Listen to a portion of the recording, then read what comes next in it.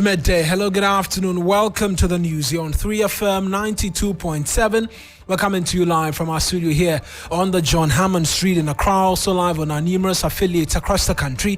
Around the world, we're streaming live on 3news.com. Download the TuneIn app from the Google Play, Apple iOS Store, and listen to us on the go. Coming up this afternoon, security expert Colonel retired Festus Abuaji accuses government of shirking its responsibility in providing needed assistance to flood victims from the Twin Dam spillage, further arguing there is no plan by the state to deal with the disaster. A strategy must be followed by a plan. As we speak, the government hasn't got a plan. A disaster management plan is not on the table. Persons living with disability, meanwhile, have been left unattended to as chaos greets distribution of relief items by benevolent persons. We cannot in any case join them, compete and take any item at all for ourselves. It's really, really difficult. So this afternoon, we're in the affected constituencies affected by the dam spillage as Media General moves in heavy with corporate Ghana to provide support. The government interministerial committee, meanwhile, is at Bator addressing a news conference on the response thus far. We'll get details for you, and a lot later, more pronounced power outages expected across the country as gas supply to power plants remain a major challenge. We have details for you if you stay with us for the next 30 minutes.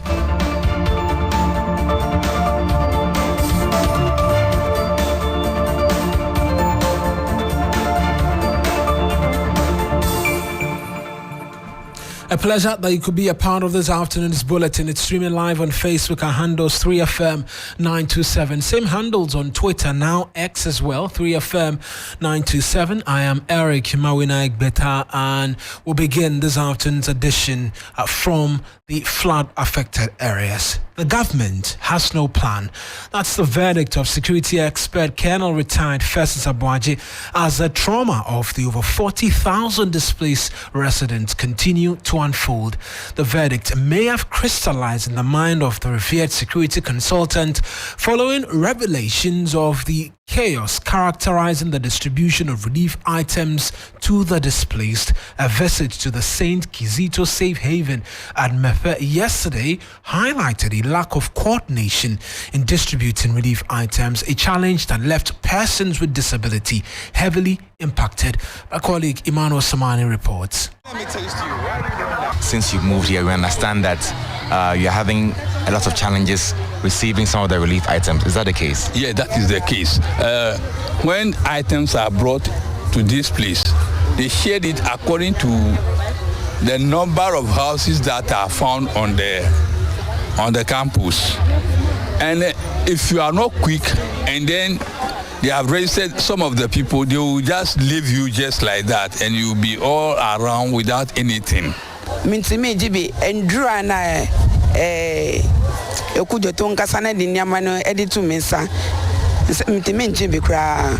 for the intervention of Ukujota Blakwa, I wouldn't have received anything. We are not able to fight for the items when they come in.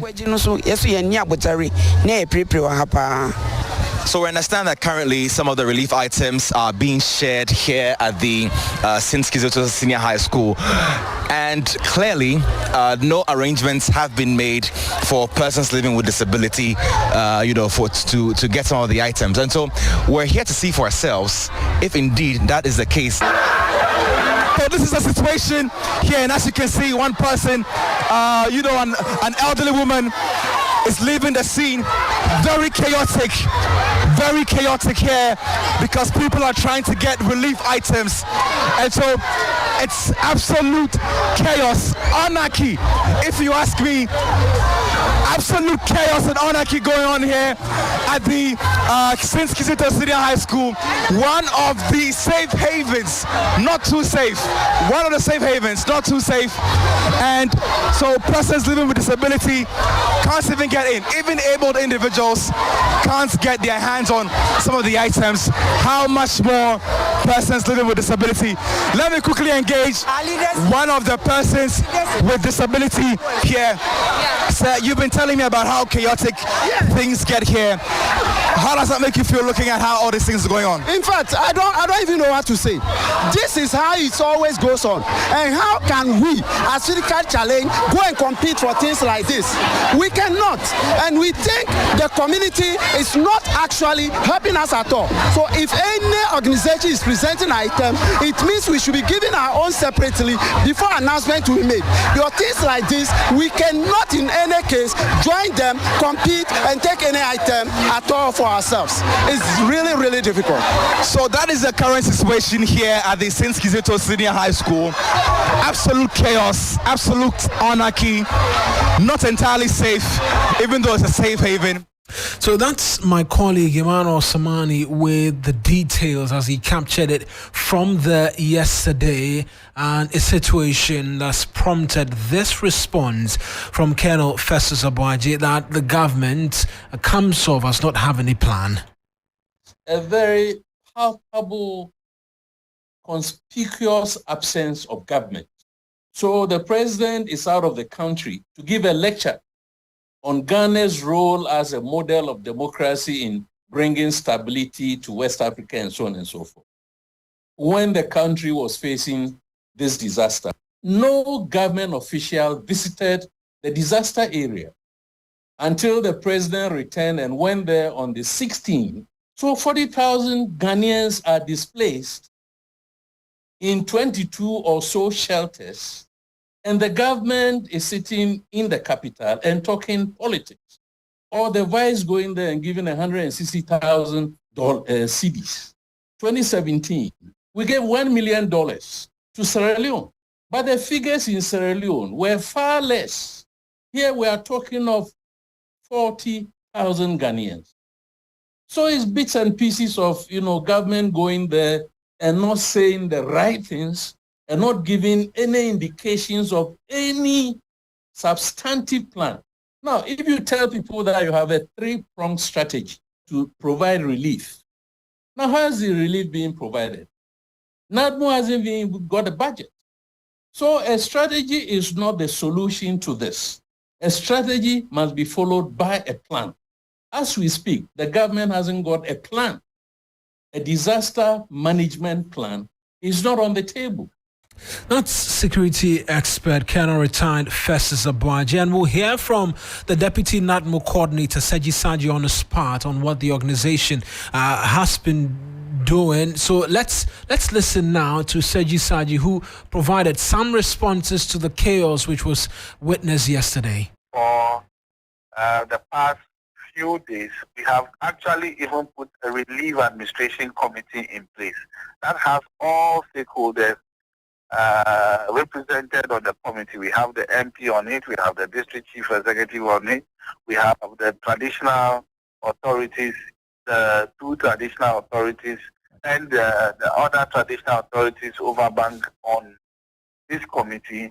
And we even have political parties on the committee because we try to represent all stakeholders and all shades of opinion on this committee. Right. So that these are the people who oversee the distribution of relief items that come in. So most of the relief items that come in now, these committees are mostly present while these items are received.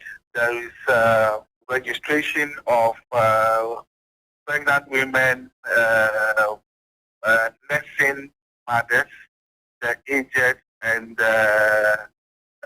those with disabilities. I think it is last week that I had the list of all the disabled people people with disability in most of the camps. And we actually did some allocation to all of them. I think the number they brought was about 62. And we did some relief administration to them differently from what is done to the households on the safe haven. So that's NADMO's response, say that they have committees that are supposed to supervise these distributions of relief items. Let's get on the telephone line now. Dr. Ishmael Norman is the president and CEO of the Institute for Security, Disaster and Emergency Studies. Let's speak to him as well. Doc, many thanks for speaking to us this afternoon. It's been 2 weeks, genuinely, does it look like the government's approach in handling this particular disaster is yielding any results? Well, I think Mr. Seji said he has already told you the level of preparedness. He said, quote, in the last few days, we have put a relief committee together. That tells you that there was no relief committee, particularly to this kind of emergency, which they claimed they had simulation and were prepared for it. And then it was only last week, quote, that he got the list of people with disabilities. Again, that's another very critical information that tells you he's telling the truth, that NADMO was not prepared at all. So let us not quibble. How come people like Honorable Ibrahim Mahama can organize 6 articulator trucks with aid and government is still, wallowing in talk speech? That humanitarian intervention is not about talking, it's about doing, it's about supplying, it's about logistics, and so on and so forth.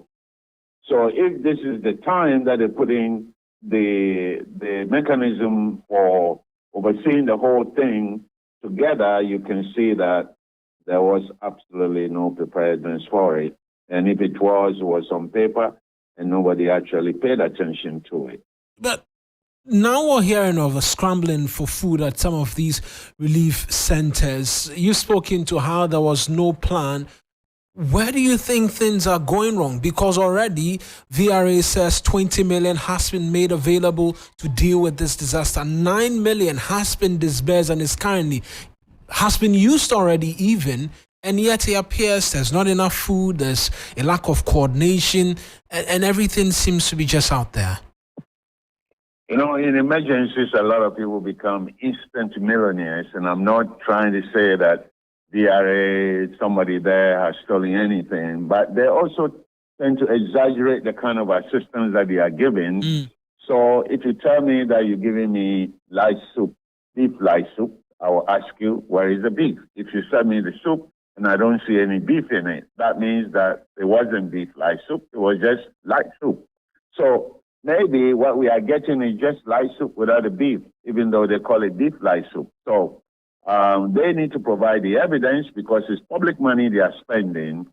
And with respect to the kind of confusion that happened at the distribution point, it tells you that NADMO doesn't even have the mechanism when they are being helped by the public to be able to provide assistance to share these things.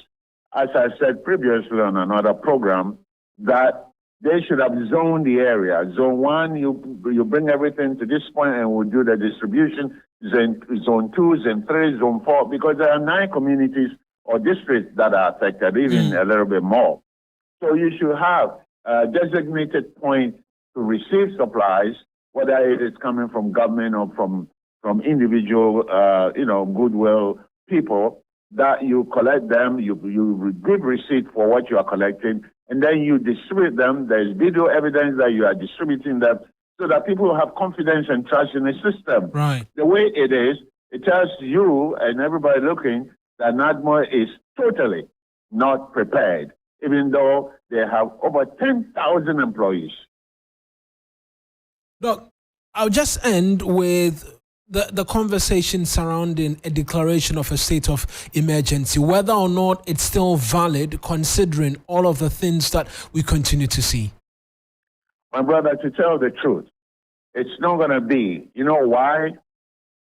This is the strategy of the government, which I know some people will disagree with me, but I think, coming from disaster management specialist point of view, the strategy of the government is that the water will eventually recede. So if we do nothing, eventually the water will recede, the people will go back to their places, and there will be no need for government to declare a state of emergency, because that comes with obligation, financial obligation, and other obligations, which I don't think that the government is prepared to assume right now. Right then, Doc, I appreciate that you could speak to us this afternoon. You're welcome, sir. That's Dr. Ishmael Norman. He's the president and CEO of the Institute for Security, Disaster and Emergency Studies, speaking to us this afternoon. And we know now that the Interministerial Committee that's handling the situation, the Twin Dam spillage disaster, they are in Baton now. They've been addressing a news conference. My colleague Armstrong Gold Alogbe is our man in the area. Let's connect with him. Armstrong, who has been speaking and what have they been saying? Mawuena. So the first time General of NADMO himself speaking to us after this village, and he has been explaining to us what NADMO has been about since the village started, even before it started, where they did some simulation exercise way back in May. So for him, NADMO was very much prepared to ensure that we would not lose any life or not much property being destroyed. And he said something that many people are asking questions about, that not all hit by the flood is caused by the spillage area waters, but from torrential rains that have been falling for some days now. So they are going to take their time to look into it and know which of these districts are really affected as a result of the spillage water. But for now, we can see on authority that not all these communities were flooded because of the VRS spillage.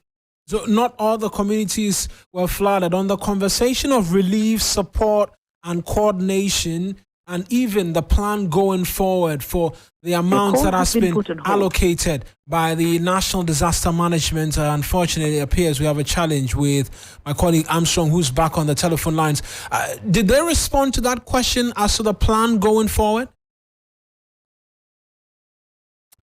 Unfortunate, it appears we've lost Joseph Armstrong Gould Alogbe on the telephone lines. We'll try and reconnect with him and get a bit more for you as to exactly what it is that's been done in that part of the country. But what else that you should know is that this afternoon, Media General is coordinating and leading relief support for the victims of the twin disasters in the area. There's a convoy, a heavy convoy, I should say, that's currently on its way towards the affected area, seeking to provide a lot more in terms of support for these individuals. And that convoy is on the way, a heavy team with support from corporate Ghana as well, helping to rally together to provide the essential items that these individuals will need. There's tons and tons of water, there's food, there's clothing,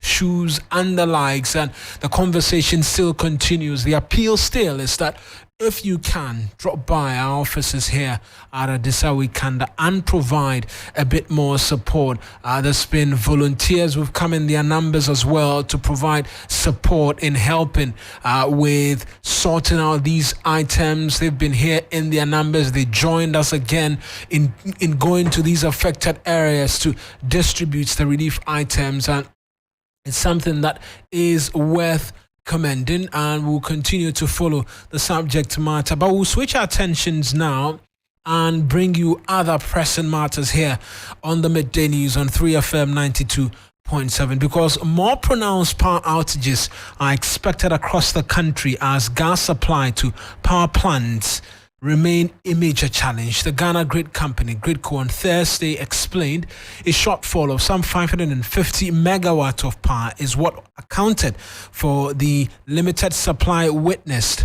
in part of the country. 3 News understands the situation is not likely to improve anytime soon. We're working the telephone lines to connect with corporate communications manager at Gridco, and as and when we connect with her, we'll bring you details. But I'll just run you through some of the details that has come through, or what we've been able to glean it with regards to the current situation. And so there's a shortage in gas supply. That's been explicitly stated in that statement by the Ghana Grid Company.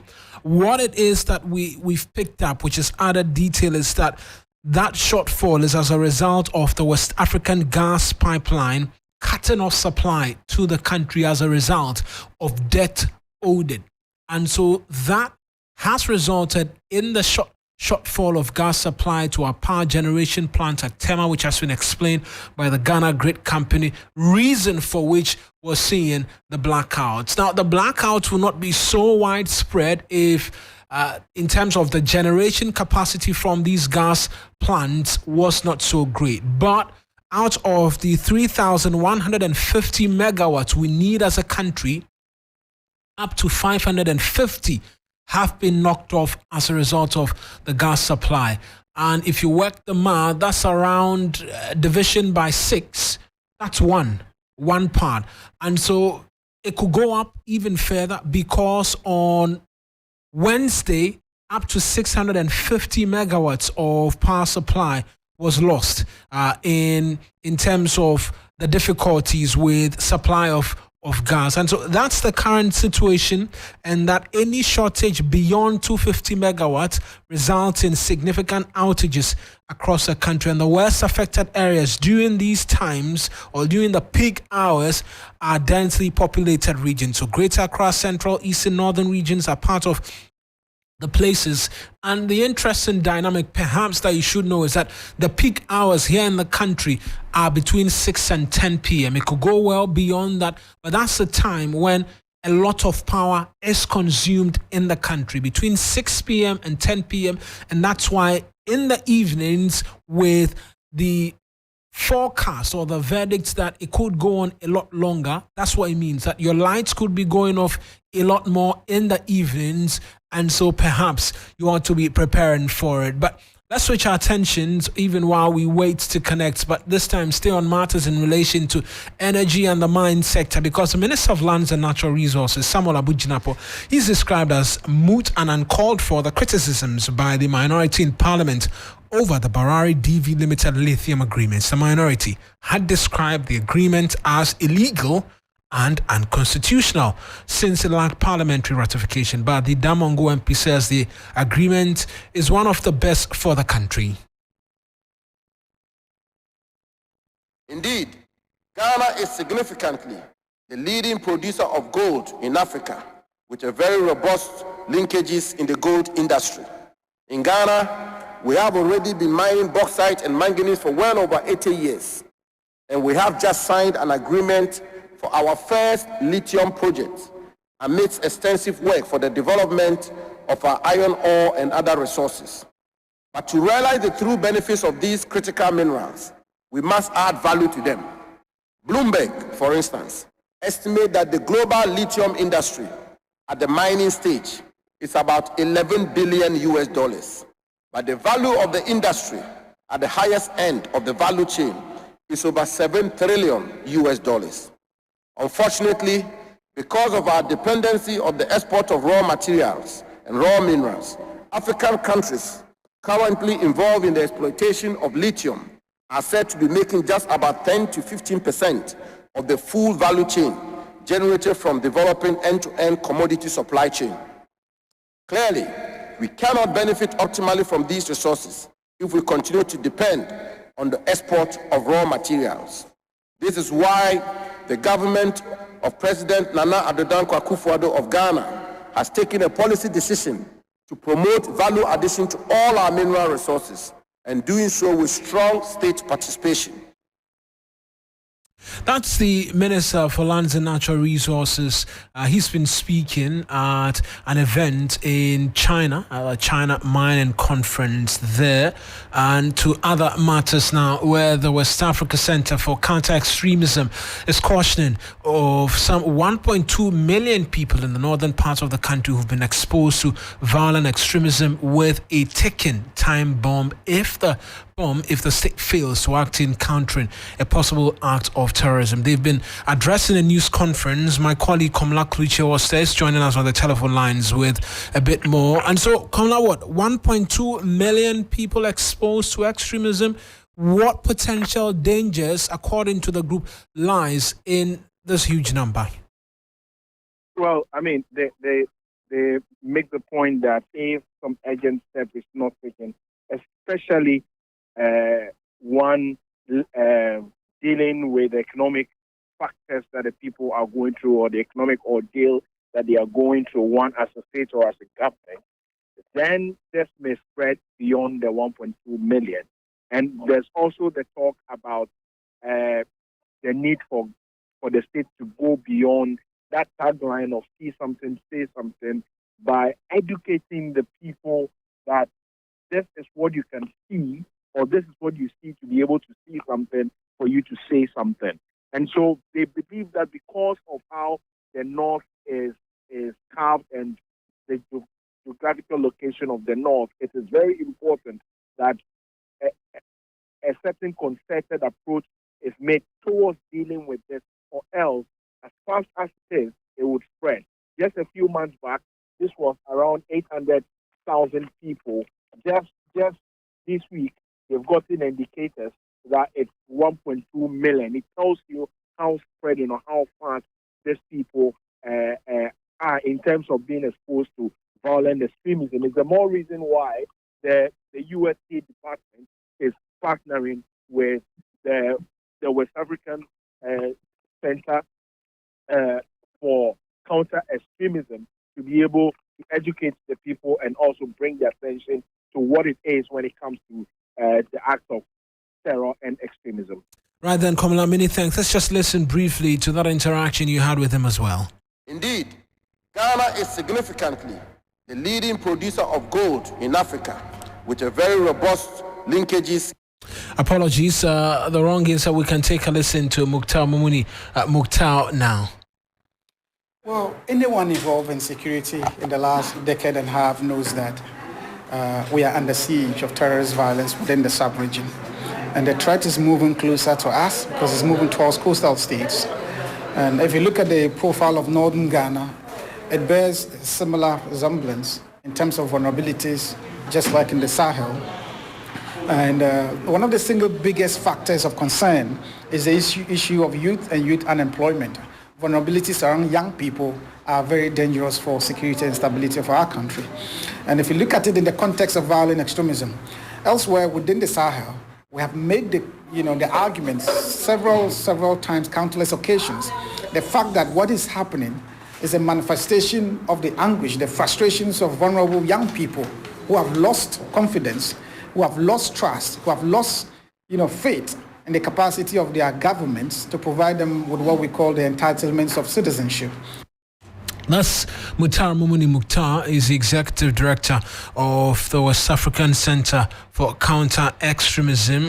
Let's take you to the Western region now, where some youth in Sekunde Takrady have taken to the street to register their displeasure about the poor state of infrastructure in the Twin City and the Western region in general. Irama Smith is my colleague there. Let's just take brief thoughts from her. Irama, talk to us as to the reasoning by the youth to engage in this protest.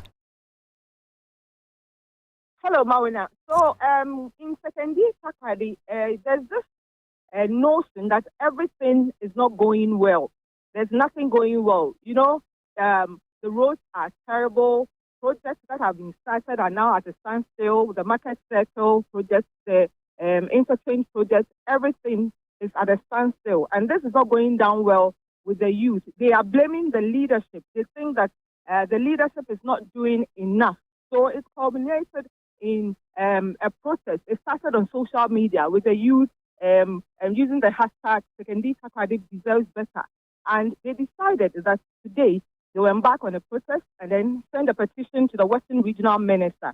So today around 5:30 a.m. they started the protest as they gathered at the Silele Park in Takrady and walked through the streets to the Sekunde Western Regional Coordinating Council, where the regional minister's office is. Unfortunately, the Western Regional Minister was not available, and this has not gone down well with the group at all. So they refused to hand over the petition to the one that the regional minister had asked to take.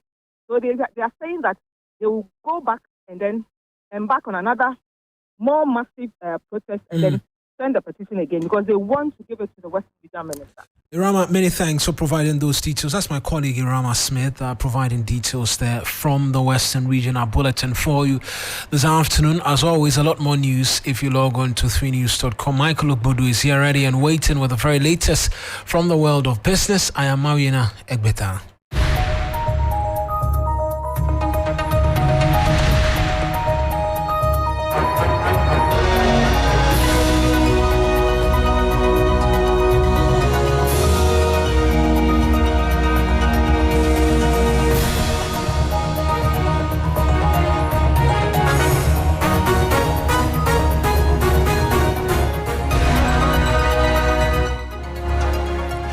Hello there, good afternoon and welcome to Business Daily. My name is Michael Obodu. Coming up, peasant farmers call for massive investment in irrigation development to avert future disasters to farmlands.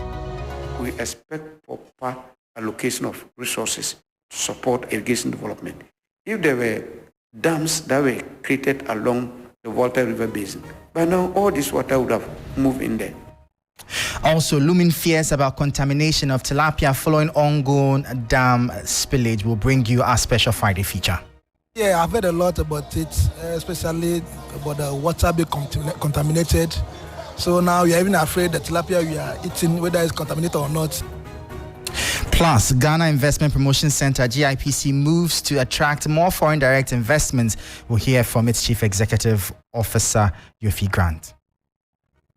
Conversations we're having about the AFCFTA makes it almost important that we position ourselves. We are first and foremost looking at a number of manufacturers. Details of that and more coming up shortly. Please stay with us.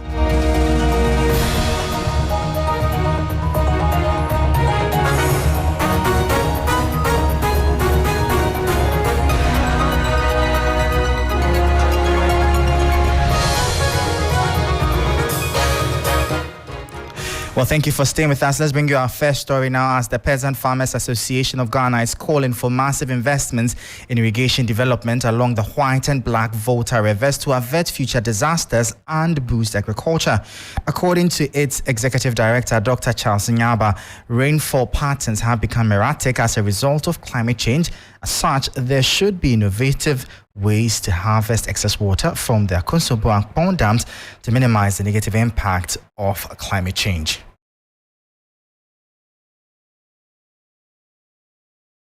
Conversations we're having about the AFCFTA makes it almost important that Now, in the areas of the effect of the flooding, all this is happening because of climate change. Last year, the raining pattern was not like this. Another year, we see flooding somewhere. Another year, we see a drought. So there should be massive investment in irrigation development. All countries that grew through agriculture, you can talk of China, India, Israel, Brazil, USA, they all developed their irrigation system. We expect proper allocation of resources to support irrigation development. If there were dams that were created along the Volta River Basin, by now all this water would have moved in there. You go to northern part of the country, the same thing we're experiencing. When Bagri Dam is always spilled, what we are experiencing here, we always experience the same thing. That was Dr. Charles Nyaba, who is the Executive Director of the Peasant Farmers Association of Ghana. Now, still on agriculture, in the wake of the dam spillage in Ghana, the tilapia market is witnessing a surge in fears among consumers. Worries have emerged regarding the possible contamination of fish as a result of the floods. Concurrently, the industry faces the dual challenge of securing a stable supply and preserving its credibility. This report has the rest of the story.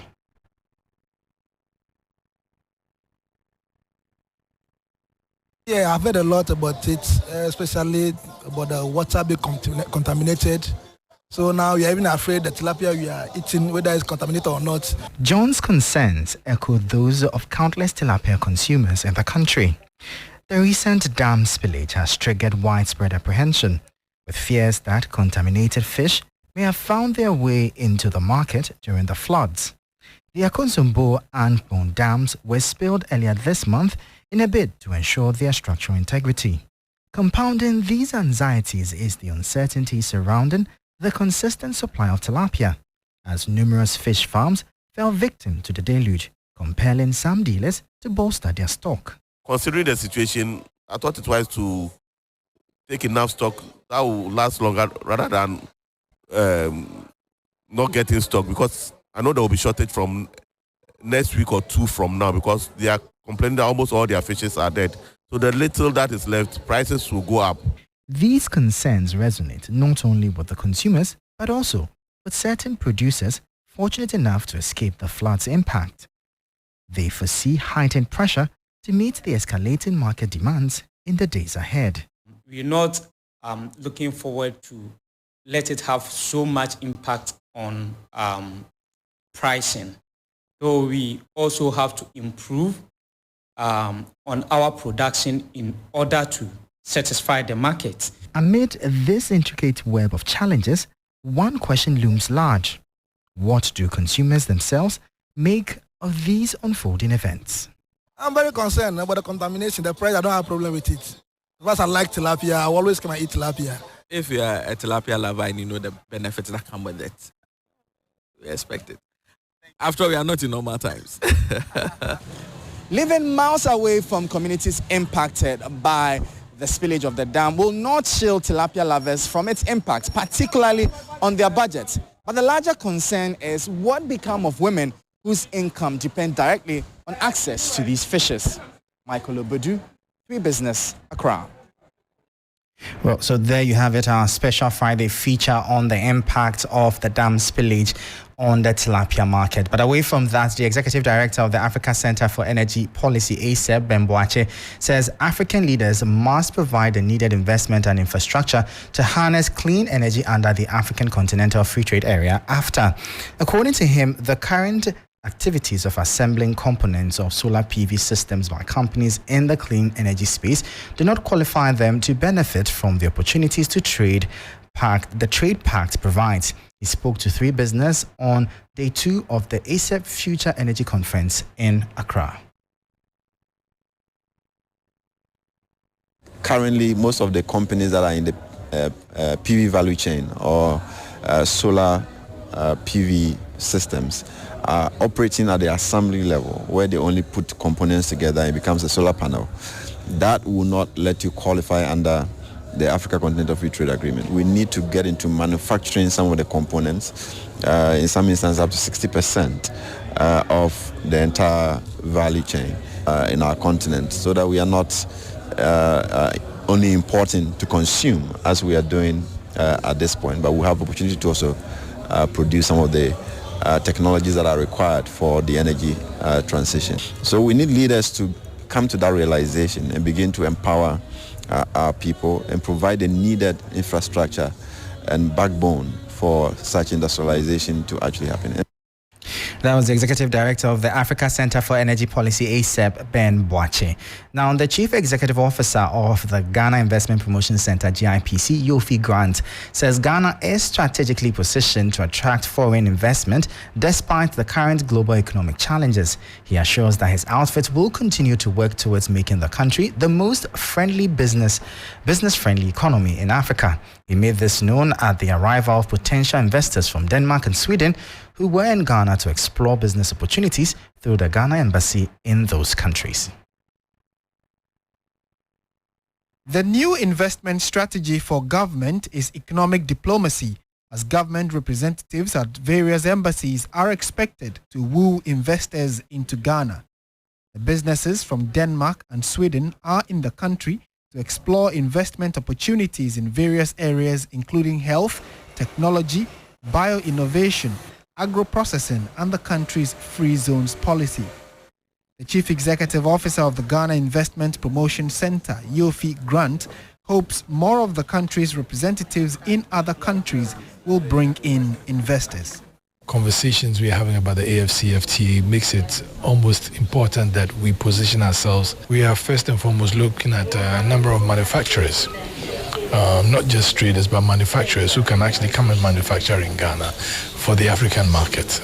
Information Minister Kojo Paul Nkrumah observed that the country needs to be positioned as the springboard to the rest of the world. What we are doing here is to assist these businesses to meet and engage with partners in the Ghanaian jurisdiction, and that's why you see a lot of Ghanaian businesses who are here to meet and do the B2B with them.